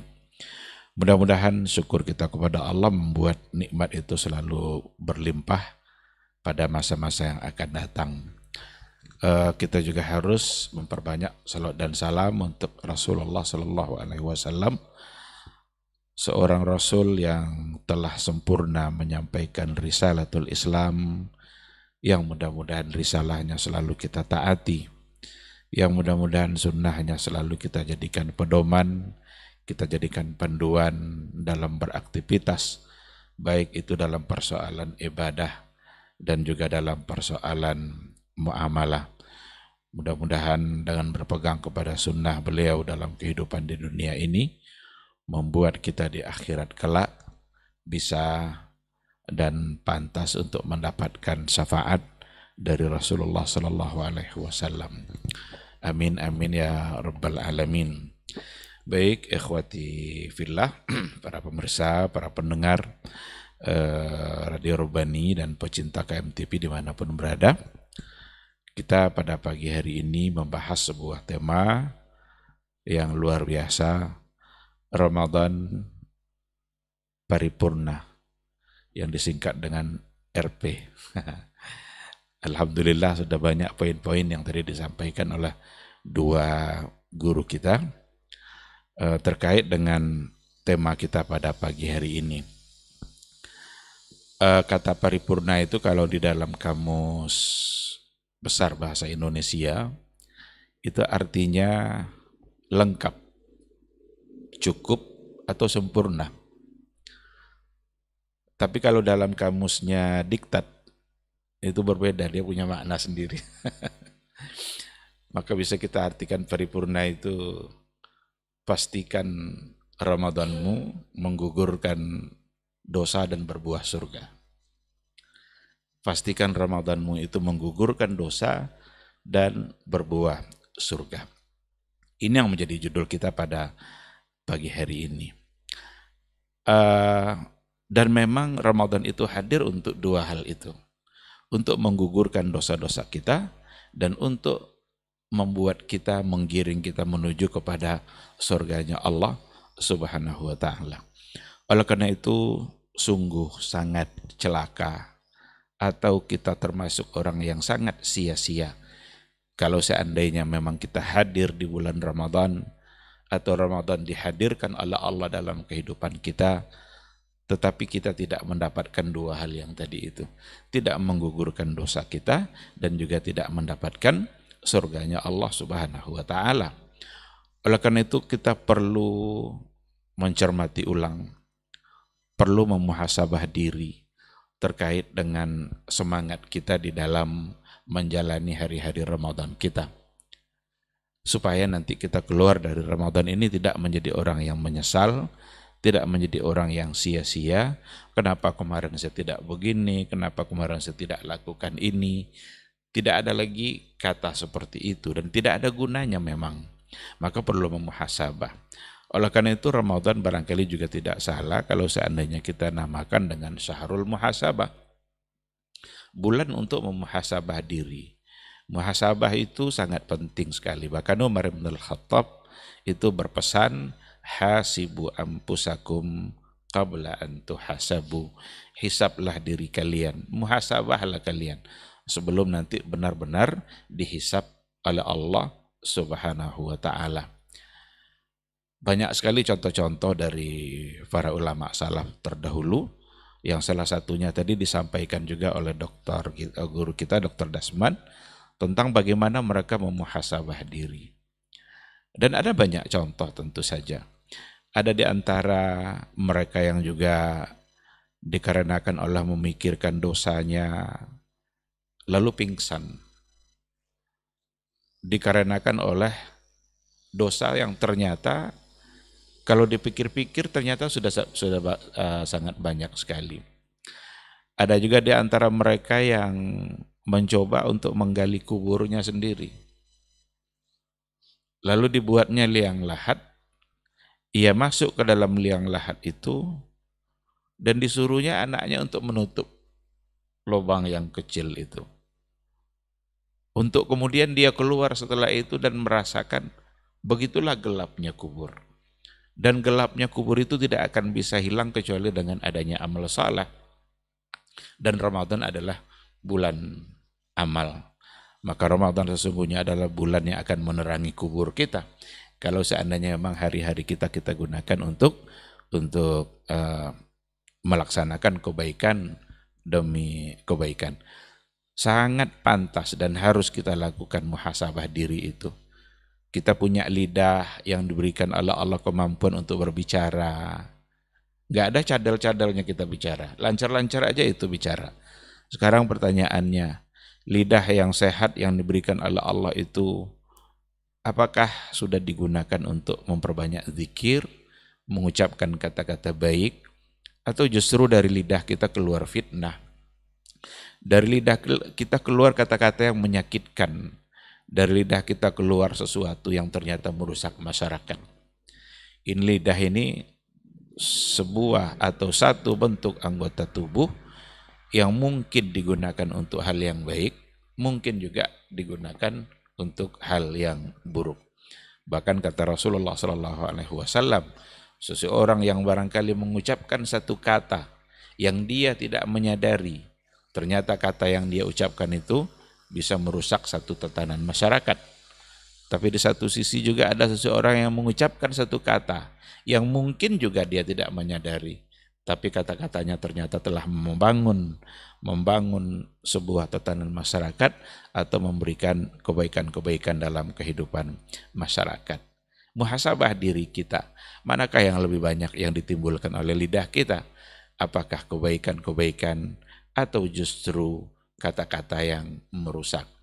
Kalau seandainya ternyata yang ditimbulkannya adalah kata-kata yang merusak, Ramadan ini adalah cara untuk menghapus itu semua. Ketika Allah berikan kita mata, salah satu dari anggota tubuh yang paling kita harapkan sehat terus adalah mata. Kita perlu untuk memuhasabah diri kita. Apakah mata selama ini sudah kita gunakan untuk hal-hal yang diridhai oleh Allah, ataukah justru lebih sering digunakan untuk hal-hal yang tidak diridhai oleh Allah, tidak disukai oleh Allah Subhanahu wa taala. Dan semua itu kalau tidak disukai Allah tentu saja akan mempersulit kita di akhirat kelak. Begitu juga dengan seluruh anggota tubuh kita. Oleh karena itu, puasa itu sesungguhnya bukanlah hanya sekedar menahan lapar dan haus, tetapi siam yang sesungguhnya itu adalah siamul jawarih, siamul qalb. Bagaimana berpuasa anggota tubuh kita, bagaimana berpuasa hati kita, tidak hanya sekedar menahan lapar dan haus saja. Kam min sa'imin laisa lahu min siyamihi illa al-ju' wal atas. Berapa banyak orang berpuasa tetapi dia tidak mendapatkan apapun dari puasanya kecuali hanya menahan lapar dan haus saja. Man lam yada qaulaz zur, barang siapa yang tidak sanggup untuk menghindarkan lidahnya dari berkata-kata yang tidak baik, sementara dia juga sedang berpuasa, maka Allah tidak butuh kepada menahan lapar dan haus kalian. Yang dibutuhkan oleh Allah, yang diinginkan oleh Allah dari puasa kita bukanlah tidak makan dan tidak minum semata, tetapi justru adalah bagaimana kita mengambil satu pelajaran, satu ibrah, satu iktibar, bahwa kita harus mempuasakan diri kita dari hal-hal yang diharamkan oleh Allah Subhanahu wa ta'ala. Maka ketika kita melakukan muhasabah, yang akan lahir dari muhasabah kita ada dua hal. Yang pertama adalah al-istighfar. Istighfar itu harus hadir, lahir disebabkan oleh muhasabah kita. Kenapa demikian? Karena memang kita tidak bisa pungkiri bahwa tiada hari kita melakukan dosa. Tidak ada hari kecuali pada hari itu ada dosa yang kita lakukan. Antara banyak dengan banyak sekali. Tidak pula ada yang sedikit. Kalau seandainya kita sudah menyadari ternyata kita ini adalah pelaku-pelaku dosa, maka yang akan lahir adalah semangat untuk beristighfar. Dan istighfar itu benar-benar karunia Allah Subhanahu wa ta'ala, karena dengan istighfar itu bisa membuat dosa kita menjadi habis. hatta walau kana mithla zabadil bahari, walaupun dosa hamba itu sama banyaknya dengan buih di laut. Allah Subhanahu wa taala dengan sifat kasih sayang yang dimiliki oleh Allah, dia siap untuk mengampuni dosa hambanya sebanyak apapun dosa itu. Bukankah istighfar itu karunia yang luar biasa? Dan itu bukti juga bahwa Allah itu sangat penyayang, jauh lebih penyayang dari sesama kita, sesama manusia. Kalau sesama manusia kadang begitu sulit untuk memaafkan. Kadang dah diminta maaf, tidak pula mau memberikan maaf itu sesama manusia. Padahal kesalahannya tidak pula besar-besar kali. Hanya sekedar senggol-senggol sedikit aja, mobilnya lecet sedikit. Sulit kali memaafkan. Bisa sampai berkelahi. Tapi Allah Subhanahu wa taala sebesar apapun dosa kita, maka dia akan siap untuk memaafkannya. Maka harus melahirkan istighfar. Istaghfiru rabbakum tsumma tubu ilaih. Beristighfarlah kepada Rabbmu, kemudian bertaubatlah. Ini perintah dari Allah Subhanahu wa taala. Maka ketika kita beristighfar, berarti kita sedang beribadah, berarti kita sedang melaksanakan apa yang diperintahkan oleh Allah Subhanahu wa ta'ala. Ramadan adalah saat-saat untuk beristighfar. Ramadan adalah detik-detik waktu yang akan bisa menghapus semua dosa kita. Bahkan belum kita memasuki detik-detik puasa kita, kesempatan untuk beristighfar itu sudah disediakan oleh Allah dan keberkahannya sudah ada. Maka dalam Al-Quran dikatakan, wabil ashari hum yastaghfirun, dan di waktu sahur mereka beristighfar. Atau dalam ayat yang lain, penggalan ayat yang lain, wal mustaghfirina bil ashar, dan mereka beristighfar di waktu sahur. Bukankah dalam Ramadan ini kita dipaksa untuk bangun oleh Allah di waktu sahur? Seandainya di luar Ramadan kita tidak pernah bangun di waktu sahur itu, jadi sahur itu istilah untuk penggalan waktu, bagian akhir dari malam kita, itu namanya waktu sahur. Seandainya di luar Ramadan kita tidak bangun, tidak pernah bangun, dalam Ramadan kita dipaksa untuk bangun. Karena Allah sediakan satu wadah, satu ibadah, di mana ibadah di situ ada keberkahan. Sahurlah kalian karena dalam sahur itu ada keberkahan. Jadi kita bangun untuk makan saja, tetapi itu mendapatkan keberkahan. Tapi ketahuilah bahwa ibadah di waktu sahur bukan hanya makan. Ibadah di waktu sahur itu bukan hanya makan saja. Ada satu ibadah yang luar biasa diperintahkan oleh Allah, yaitu istighfar. Permohonan ampun kita kepada Allah, dan jika Allah mengijabahnya, maka habislah dosa-dosa kita. Bukankah kebahagiaan yang paling membuat kita bahagia itu adalah ketika kesalahan kita dimaafkan? Karena yang membuat hati kita selalu gelisah, yang paling membuat gelisah hati itu sesungguhnya adalah dosa. Orang-orang beriman akan sangat merasa bersalah ketika ia berbuat dosa, jika dia beriman secara benar. Tapi kalau sudah mudah-mudah aja dia buat dosa, tidak ada merasa bersalah, ini persoalannya ada pada imannya. Orang beriman mesti saat dia melakukan kesalahan itu akan membuat hatinya tidak menjadi tenang, membuat dunia ini terasa sempit. Sebagaimana dulu yang dirasakan oleh Ka'ab ibn Malik, ketika ia merasa bersalah tidak hadir dalam peperangan, semua ikut perang tapi dia bersama 2 orang yang lainnya tidak hadir. Sempit rasanya bumi ini bagi dia karena kesalahan yang dilakukan. Dan Allah sediakan cara agar hati kita kembali menjadi tenang, agar hati kita kembali menjadi lapang dan nyaman dalam menghadapi kehidupan ini, yaitu istighfar. Berharaplah selalu diampuni oleh Allah dan lakukanlah apa yang diperintahkan oleh Allah Subhanahu wa taala. Jadi yang pertama, muhasabah itu akan melahirkan istighfar. Yang kedua, muhasabah itu akan melahirkan al-istiktsaru minal amal. Upaya kita untuk selalu memperbanyak amal. Jadi tidak berhenti pada istighfar saja, tetapi bagaimana kita setelah beristighfar itu memperbanyak amal kita. Apa yang kurang selama ini? Dan ternyata memang kurang semua. Bacaan Qur'annya kurang, sedekahnya kurang, Sholat sunatnya kurang, dan berbagai amal lain. Ternyata kalau kita coba hitung-hitung kurang semua. Dengan adanya muhasabah itu harus melahirkan al-istighsaru manal amal. Harus ada keinginan kita untuk senantiasa memperbanyak amal-amal kita. Yang wajib itu sebagai satu kewajiban. Kadang-kadang yang wajib pun tertinggal. Yang sunnah sesuatu yang bersifat pilihan, ikhtiar. Lebih mudah lagi untuk ditinggalkan daripada yang wajib. Kalau seandainya yang wajib saja sudah tertinggal, ketika Allah mengatakan ya ayyuhallazina amanu, ini panggilan kasih sayang, keistimewaan yang hanya dimiliki oleh orang-orang beriman. Tidak ada bagi orang-orang yang tidak beriman ini. Orang-orang Nasara, Yahud, Nasrani nggak dapat kemuliaan ini karena mereka tidak dipanggil untuk melaksanakannya. Puasa pun mereka tidak akan dapat pahala. Tapi ada di antara orang yang beriman, dia merasa tidak terpanggil oleh ayat ini. Seolah-olah ayat itu tidak ada, seolah-olah dia tidak tersentuh oleh ayat itu. Maka banyak di antara mereka yang beriman pun kadang-kadang tidak juga mau berpuasa. Ini gambaran dari kedurhakaan. Padahal saat dia durhaka, fasilitas yang digunakannya adalah nikmat Allah Subhanahu wa taala. Kita saat mendurhakai Allah itu fasilitasnya nikmat Allah.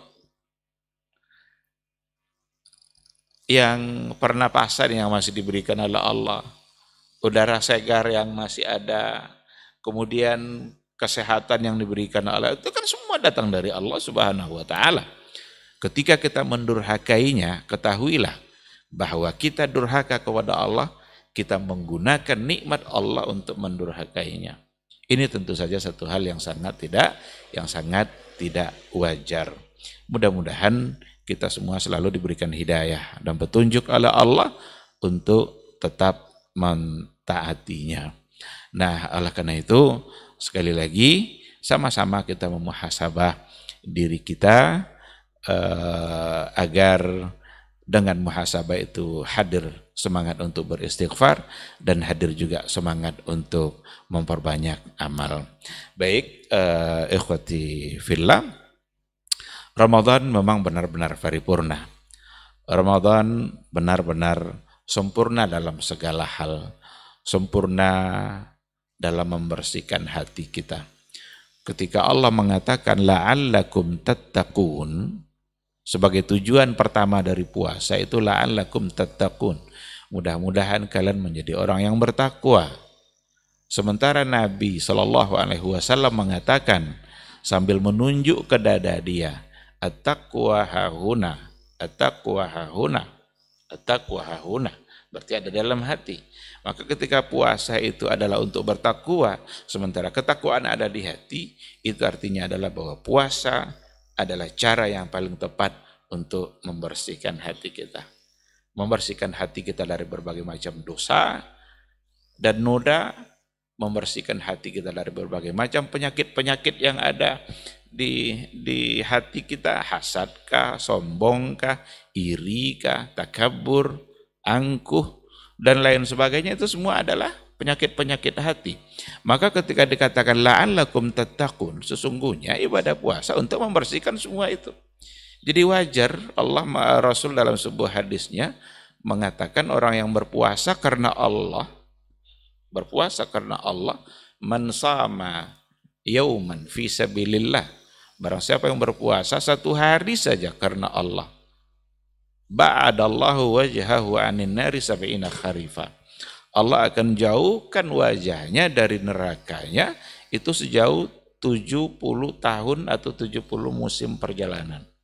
Satu hari berpuasa. Karena dengan berpuasa itu hati kita menjadi bersih, hilang sifat sombong kita, tidak ada hasad, tidak ada takabur. Hati kalau sudah tidak ada takabur di dalamnya, maka dia pantas untuk masuk surga. Sedangkan kalau hati masih ada takaburnya, meskipun mithqala dzarratin minal kibr, itu terhalang untuk masuk surga. Nah, jadi Kalaulah kita kumpulkan semua fadilah-fadilah ini, memang sangat pantas untuk kita katakan bahwa puasa ini adalah, Ramadan ini adalah Ramadan yang paripurna. Paripurna dalam segala hal. Paripurna dalam memberikan keberkahan. Paripurna di dalam menghapus dan menghapus semua noda dan kesalahan kita. Paripurna di dalam membangun kesetaraan dalam masyarakat, kehidupan bermasyarakat. Bagaimana antara orang kaya dan orang miskin, diajak mereka untuk punya perasaan yang sama. Ada orang yang sulit untuk makan, hari ini mau makan apa, besok mau makan apa, sulit untuk apa yang mau dimakan. Tapi ada pula di antara orang yang sulit dia menentukan, ini malam ini saya mau makan restoran yang enak mana lagi nih katanya. Tidak ada lagi restoran yang tersebut nama-namanya itu kecuali semua sudah dikunjungi. Begitulah perbedaan stratanya itu di tengah-tengah masyarakat. Tapi dalam kehidupan Ramadan kita, sesungguhnya kita adalah satu perasaan. Sama-sama tidak makan, sama-sama tidak minum, sama-sama terhalang untuk melakukan berbagai hal yang telah diatur oleh agama kita. Itu sesungguhnya menghilangkan sekat-sekat sosial yang selama ini memang menghalangi untuk melebur, untuk menyatu, maka hilang kesombongan-kesombongan di situ. Jangan pernah ada keangkuhan sebagai seorang yang kaya, seorang yang punya jabatan, seorang yang diberikan kelebihan, ternyata saatnya mereka harus merasakan perasaan yang sama. Bahkan ada satu kewajiban di akhir Ramadan, yaitu membayar zakat fitrah.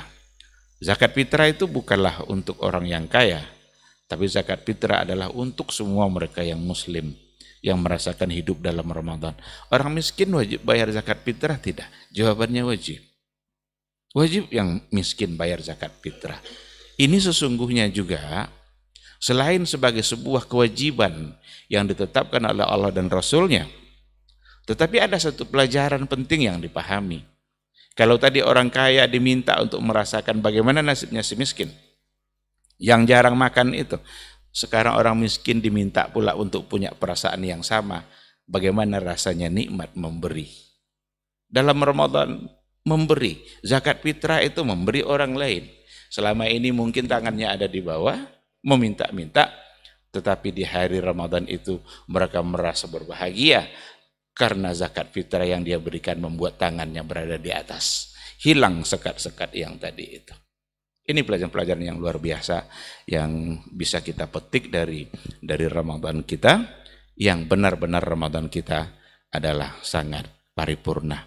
Sebuah konsep beragama yang datang dari Allah yang maha sempurna, yang memang akan melahirkan dan menghadirkan kesempurnaan bagi kehidupan kita, bagi orang-orang yang memang mentaati rambu-rambu dan aturannya. Mudah-mudahan kita selalu dibimbing oleh Allah Subhanahu wa taala untuk memanfaatkan detik-detik Ramadan kita dalam beristighfar dan beribadah, sehingga sempurna pula lah hasil yang kita dapatkan, sempurna pula lah catatan malaikat untuk kita, untuk kemudian kita berhak untuk disebut sebagai orang yang muttaqin dan bisa memasuki surganya Allah melalui bab Ar-Rayyan. Ini mungkin yang bisa saya sampaikan dalam kesempatan kali ini, mudah-mudahan bermanfaat. Subhanakallahumma bihamdika asyhadu an la ilaha illa anta astaghfiruka wa atubu ilaik. Wassalamualaikum warahmatullahi wabarakatuh. Waalaikumsalam warahmatullahi wabarakatuh. Tapi jazakallah khairan Ustadz untuk para asatidz kita untuk materinya di kesempatan pagi hari ini. Sebelum menutup diktat kita di hari ini, kita akan jawab satu pertanyaan. Kita pilih dari beberapa pertanyaan yang masuk di line WhatsApp kita di 082174909911 yang sepertinya agak sedikit atau dekat berhubungan dengan tema kita di pagi hari ini. Dari hamba Allah, Ustadz. Ustadz mau bertanya, kenapa Ramadan tiap tahun bertemu tapi tak berbekas ketakwaan dan amal yang meningkat? Apa sebab dan kiatnya tuh Ustadz? Kemudian poin yang kedua yang saya tanyakan Ustadz mengenai qiyam Ramadan, khususnya ibadah sholat tarawih. Bagaimana hukum sholawat di sela-sela sholat tarawih, dan bagaimana dengan orang yang lebih mementingkan sholat tarawih tapi tidak sholat berjamaah yang wajib? Jazakallah khairan Ustadz. Nah. Baik,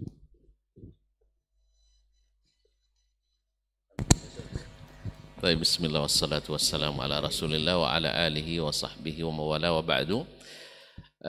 Terima kasih pada saudaraku hamba Allah yang bertanya. Ini pertanyaan 3 in 1. Dalam satu pertanyaan terdapat 3 pertanyaan. Saya jawab yang pertama aja. Ada yang pertama tentang sampai di mana pengaruh puasa dan ibadah Ramadan terhadap diri.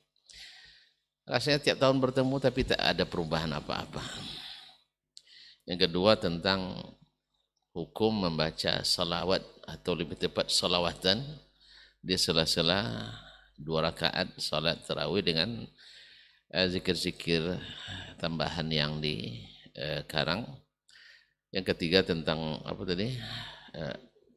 Yang mementingkan salat tarawih atau salat sunat daripada salat wajib. Kita bagi 3 aja lah. Saya jawab yang pertama saja. Dan kaum muslimin muslimat dalam hati Allah sebenarnya perlu menjawab ini dengan satu pertemuan juga ini, bahwa Ramadan itu sebenarnya menjadi nuqtah taghyir wa tathhir, menjadi yakni batu loncatan untuk menyucikan diri dan membawa perubahan mendasar pada diri. Mungkin pada pertemuan selanjutnya, tapi secara garis besar saya sampaikan bahwasanya Allah, segala ibadah yang Allah syariatkan dan yang Nabi SAW sunnahkan mustahil tanpa ada bekas. Apalagi puasa ini. Puasa ini tidak tanggung-tanggung. Dia bagi para nominator, para juara, orang-orang yang beriman di atas tingkat Islam. Makanya kalau ada sebagian orang Islam tapi tidak puasa, berarti memang dia tidak calon pemenang. Yang begini memang tak akan berubah-ubah sampai dia naik ke peringkat mukmin. Ya ayyuhallazina amanu, wahai orang-orang beriman. Nah, dari peringkat beriman ini menjadi peringkat tertinggi, la'allakum tattaqun. Nah, orang bertakwa, apapun definisi yang disebutkan oleh para ulama, baik seperti yang dikatakan oleh Sayyiduna Ali bin Abi Thalib radhiyallahu anhu, at-taqwa menurut beliau adalah al-khawfu minal jalil war-ridha bil qalil wal isti'dad li yaumir rahil. Takut pada Allah yang maha, atau Allah yang maha berkuasa, maha mulia, maha besar, yang harus diijlal, yang harus dita'zim, harus dimuliakan, ditinggikan. Kemudian ridha dengan yang sedikit, berarti membuat orang itu jadi zuhud, orang itu jadi hati-hati, lebih senang dia sedikit tapi jelas legal dan halal daripada banyak tapi melanggar aturan baik syar'i maupun aturan duniawi yang tidak sesuai dengan akal sehat. Lebih ada ridha walaupun sedikit daripada banyak tapi tidak jelas. Begini orang bertakwa. Yang ketiga, dia menjadi satu-satu fokusnya adalah bersiap untuk hari berangkat meninggalkan dunia. Itu lihatlah, orang kalau sudah dekat waktu berangkat, seperti Dr. Hidayat misalnya sebentar lagi besok berangkatnya. Jadi untuk diktat ini terpaksa memang ditekan sekali itu Ustaznya. Dia cari waktu begini-begini, enggak, pokoknya saya besok berangkat. Nah, makanya akhirnya hari ini kita jadi. Jadi itu orang berangkat fokus persiapannya, mulai dari menyiapkan tiketnya, kemudian akomodasinya, transportasinya, kemudian PT-nya dan sebagainya, pakaian yang dibawa. Nah, ini orang bertakwa. Nah, bila puasa datang, takut pada Allah tidak bertambah. Berarti ngapain puasa? Mustahil orang bangun subuh, sebelum subuh, sahur, tiba-tiba tidak menambah ketakutan pada Allah SWT. Sahur dia, udah menahan haus dan lapar, tidak berubah sedikit pun. Berarti ada masalah. Nah, di antara sebab masalah, satu mungkin niatnya yang tidak benar. Karena amal yang diterima menambah ketaatan. Amal yang tak diterima tidak berbekas sama sekali. Yang kedua, Mungkin saja cara pelaksanaan yang tidak sesuai tupoksi. Makanya bila ada suatu aplikasi tapi bimbingan teknisnya tak sesuai dengan aplikasi, selesai bimbingan, selesai pelatihan, lulus guru ngerjakan, tidak sesuai karena lain yang diaplikasikan, lain pula yang dipelatihkan, lain yang disuruh, lain yang dibuat, lain yang ditegah, lain yang ditinggalkan.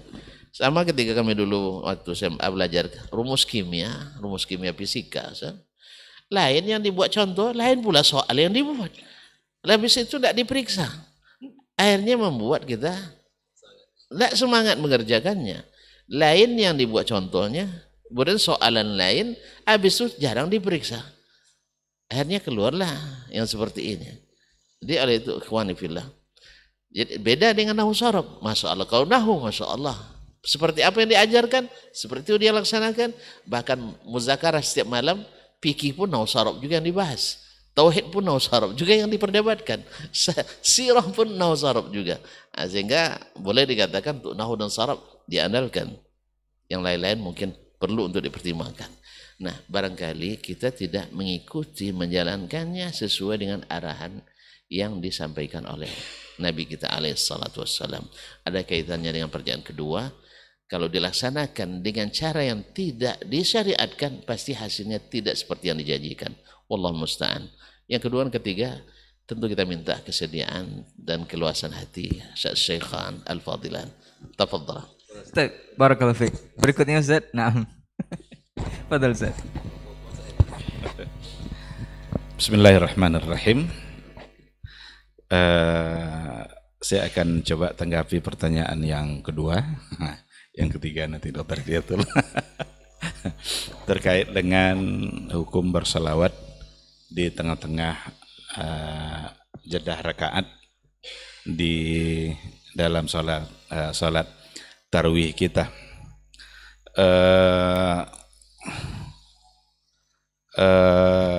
Satu hal yang ingin saya katakan, pertama, persoalan ibadah itu adalah sesuatu yang bersifat tauqifi. Apapun ritual ibadah yang kita laksanakan, maka perlu ada panduan yang datang dari Rasulullah Sallallahu Alaihi Wasallam. Kalau tidak, ya seperti yang dikatakan oleh guru kita tadi, tidak ada SK-nya, tidak ada SK, tidak ada gajinya, atau jangan-jangan justru nanti disalahkan karena melakukan sesuatu yang tidak sesuai dengan SOP. Terkait dengan pertanyaan yang tadi itu, kalau seandainya menjadikannya sebagai sebuah ritual ibadah yang harus terlaksana, itu tentu tidak ada. Seperti yang dilaksanakan oleh kebanyakan orang, yang kadang-kadang dengan cara-cara yang juga terkesan bermain-main. Sahut-sahutan dalam bersolawat, satu menyebut pangkalnya, yang kemudian disambut dengan menyebut ujungnya. Kayak berbalas pantun gitu. Ditambah lagi dengan suara yang menjerit-jerit, yang kalau ikut anak-anak ini yang paling dia sukai. Saat menjerit-jerit berselawat kepada Nabi itu. Jadi seolah-olah terkesan bermain-main dalam beribadah. Padahal selawat itu sebuah ibadah yang sangat mulia. Kita akan menjadi mulia dengan berselawat kepada Rasulullah Sallallahu Alaihi Wasallam. Karena Allah aja berselawat kepada Nabi, apalagi kita. Ayatnya bahkan malah Allah dulu yang berselawat kan. Kita ini peringkat ketiga yang berselawat ini. Pertama Allah, kedua malaikat. Setelah itu baru kita diajak. Ya ayyuhallazi innallaha wa malaikatahu yusalluna 'alan nabi. Sesungguhnya Allah dan para malaikat mereka semua berselawat kepada Nabi. Setelah itu barulah kita diajak untuk melakukan hal yang sama. Ya ayyuhallazina amanu sallu alaihi. Maka salawat kepada Nabi itu ibadah yang luar biasa, membuat kita menjadi mulia. Karena Allah saja dan para malaikat saja bersalawat kepada Nabi. Tetapi perlu ada penempatan dan cara-cara atau ketentuan-ketentuan yang sesuai dengan yang diajarkan oleh Nabi. Dalam pelaksanaan sholat tarawih perlu dicari ada enggak dalil-dalilnya atau alasan-alasan yang memang dalam setiap 2 rakaat lalu dianjurkan untuk bersolawat. Tapi bolehkah bersolawat? Boleh, tidak apa-apa. Sholawat sebagai sebuah ibadah.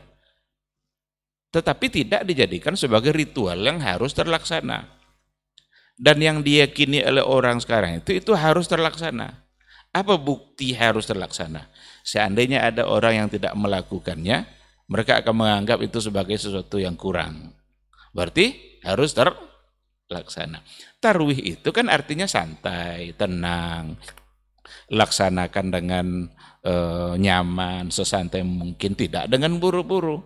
Maka ketika selesai dua rakaat, barangkali tidak langsung naik pada rakaat yang 2 rakaat berikutnya. Boleh untuk mengerjakan hal yang lain, boleh. Mau berdoa dia, mau membaca Al-Quranul Karim, mau berzikir, mengucapkan subhanallah wa bihamdi, subhanallahil azim. Silakan saja. Tapi tidak sebagai ritual yang ditaksis, ritual yang khusus. Dulu orang-orang Mekah malah setiap 4 rakaat tawaf mereka. Selesai 4 rakaat mereka tawaf dulu, baru nanti imam masuk pada 4 rakaat yang berikutnya. Tetapi haruskah tawaf? Enggak. Karena sebagian ada yang mengerjakan tawaf, ada yang membaca Quran, barangkali ada yang berdoa. Jadi persoalannya bukan pada bersolawatnya, tetapi menjadikan ritual khusus sebagai rangkaian dari sholat tarwih. Ini perlu ada dalil pendukung. Kalau tidak ada, berarti jangan laksanakan. Apa yang kita harapkan dari ibadah kita ini? Diterima oleh Allah, itu yang diharapkan. Dan nanti Allah memberikan balasan dari kebaikan-kebaikan itu. Kan itu yang diharapkan. Nah, sementara sudah diberikan penjelasan oleh para ulama bahwa kalau seandainya ibadah kita tidak mutaba'ah, berarti hilang salah satu syarat untuk diterimanya amal. Karena diterima amal seperti yang dikatakan oleh dokter kita tadi, itu harus ikhlas dan harus mutaba'ah. Ikhlas karena Allah, mutaba'ah karena untuk Rasulullah SAW. Ikhlas karena Allah itu asyhadu alla ilaha illallah, mutaba'ah itu asyhadu anna Muhammadar Rasulullah. Jadi dalam ibadah kita harus terkumpul 2 hal itu sebagai pelaksanaan dari syahadatain yang kita ucapkan.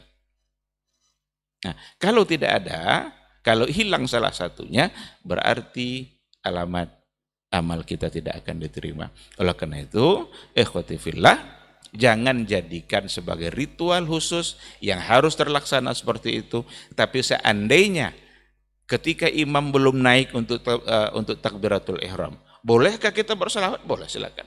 Dan dengan sendiri-sendiri saja. Tidak mesti pula dengan cara-cara tertentu, dengan dipimpin, yang seolah-olah itulah yang sunnahnya. Sekarang seperti itu, wallahu subhanahu wa ta'ala a'lam. Jazakallah khair untuk jawabannya. Berikutnya, na'am Ustaz. Taib. Na'am Ustaz. Bismillahirrahmanirrahim. Para guru kita yang kita muliakan, mengerjakan yang sunnah, kan gitu ya, meninggalkan yang wajib. Dia maksudnya tadi ini apa nih? Tarawihnya dia lebih penting kan sholat tarawih berjamaah daripada sholat wajibnya Ustaz. Oh, baik. Barakallahu fiik. Subhanallah. Disinilah poin pertama yang saya ingin sampaikan adalah disinilah kita pentingnya berilmu ya. Disinilah kita pentingnya berilmu, bahwa tidak ada yang paling wajib untuk kita lakukan daripada sesuatu yang telah diwajibkan kepada kita. Ibadah wajib yang seperti sholat 5 waktu ya, dijaga betul di dalam keadaan berjamaah. Karena itu pernah ditanyakan kepada Nabi kita SAW tentang sebaik-baik amal itu apa ya Rasulullah. Sebaik-baik amal itu adalah, salah satunya adalah ya salat yang dilakukan di awal waktunya. Dan tentu bagi kaum muslimin ya, bahwa melaksanakan salat di awal waktu itu dilakukan berjamaah di rumah Allah Subhanahu wa ta'ala, dilakukan bersama kaum muslimin ya, dilakukan ya, berjamaah di rumah Allah Subhanahu wa ta'ala. Nah, ini harus dijaga, ini yang harus diperhatikan. Jangan kita lalai, jangan kita anggap hal yang remeh. Kalaulah salat saja tidak ada harga dalam diri kita, maka hal lain tentu akan lebih tidak berharga lagi. Kalau salat saja tidak bisa kita tidak mampu bagi kita menjaga, terutama di bulan Ramadan untuk melaksanakan berjamaah, maka saya tidak tahu di bulan apa lagi kita akan bisa bersemangat menjaganya. Karena di bulan Ramadan amal-amal dimudahkan Allah Subhanahu wa taala, hati kita cenderung. Di bulan Ramadan gitu ya, kalau kita tidak bisa berdisiplin menjaga diri dalam beribadah kepada Allah Subhanahu wa taala, maka di bulan apa lagi kita akan bisa disiplin. Nah, ikhwah fillah rahimakumullah, terkait dengan pertanyaan tadi, ya dia lebih mendahulukan salat tarawihnya ya berjamaah daripada salat fardunya. Tentu ini menyelisih dari apa yang diinginkan, karena hukum asalnya tarawih itu boleh di rumahnya ya. Tapi kemudian disunahkan di zaman Umar radhiyallahu taala anhu ya, ketika awal tarawih itu kan hanya 4 malam misalnya. Di zaman Nabi kita SAW ya, para sahabat datang berjamaah ya, sampai masjid itu ya'jaz, masjid itu rasa sempit ya. Masjid Nabi terasa sempit oleh para sahabat. Nabi SAW pada malam berikutnya, malam kelima kalau tidak salah ya, Nabi tidak datang, tidak keluar dan hanya salat di rumahnya. Sehingga Nabi mengatakan, saya khawatir kalau ini diwajibkan oleh Allah Subhanahu wa taala kepada umatku.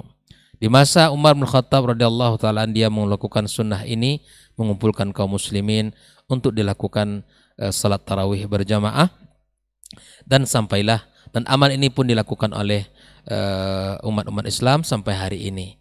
Nah, ikhwah fillah rahimakumullah, kalau kita bicara afdal mana yang lebih utama, tarawih berjamaah di rumah atau di masjid, tentulah yang lebih afdal di masjid.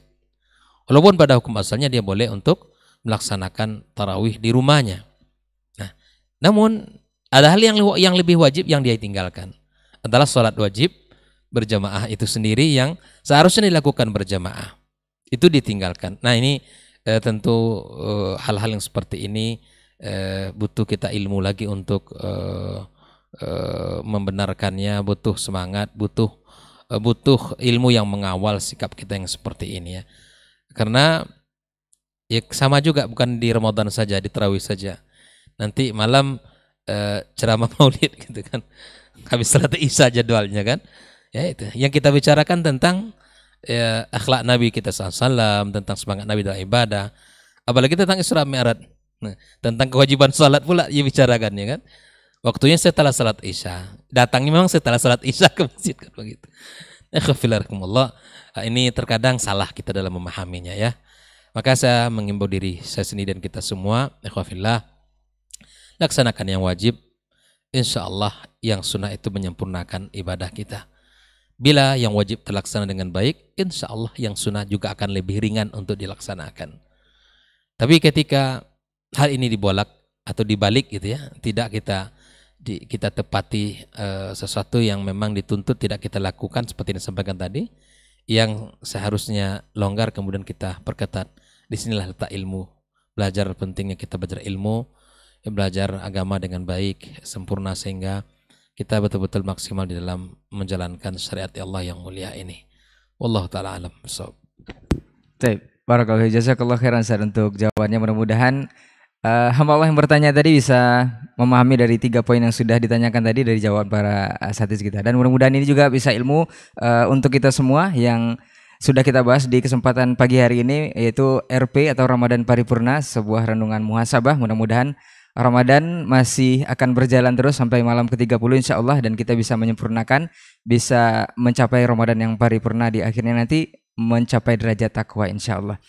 Taib, generasi Urbani dan pemirsa KMTV, kita akhiri diktat untuk kesempatan hari ini. Jazakallah khair Ustaz untuk ilmunya dan juga waktunya. Insya Allah di pekan depan semoga Allah mudahkan kita akan bertemu kembali dengan tema yang berbeda di Ramadan ini.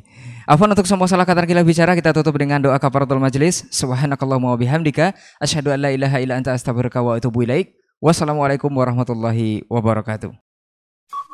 Dr. Dasman Yahya Ma'ali LCMA Hafizahullah, Dr. Helmi Basri LCMA Hafizahullah, Dr. Hidayatullah Ismail LCMA Hafizahullah.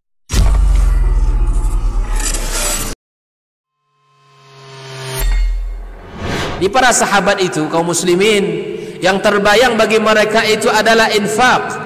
Yang terbayang bagi mereka adalah sebuah kebahagiaan, keselamatan di akhirat yang kekal dan abadi di sisi Allah Tabaraka wa Ta'ala. Semua kita boleh klaim sekarang. Kamu cinta Nabi? Cinta Ustaz. Cinta Nabi? Cinta Ustaz. Termasuk saya. Cinta Nabi? Cinta. Kapan tahunya? Besok di akhirat. Maka apa kata Nabi SAW? Amalur rajuli biyadih. Penghasilan yang terbaik adalah pekerjaan yang dilakukan oleh seseorang dengan tangannya sendiri. Wa kullu bai'in mabrur. Dan setiap jual beli yang mabrur. Ini aktivitas ini membantu saya di akhirat atau akan menyulitkan saya di akhirat? Kalau seandainya perbuatan itu ternyata akan menyulitkan kita di akhirat kelak, tinggalkan perbuatan itu.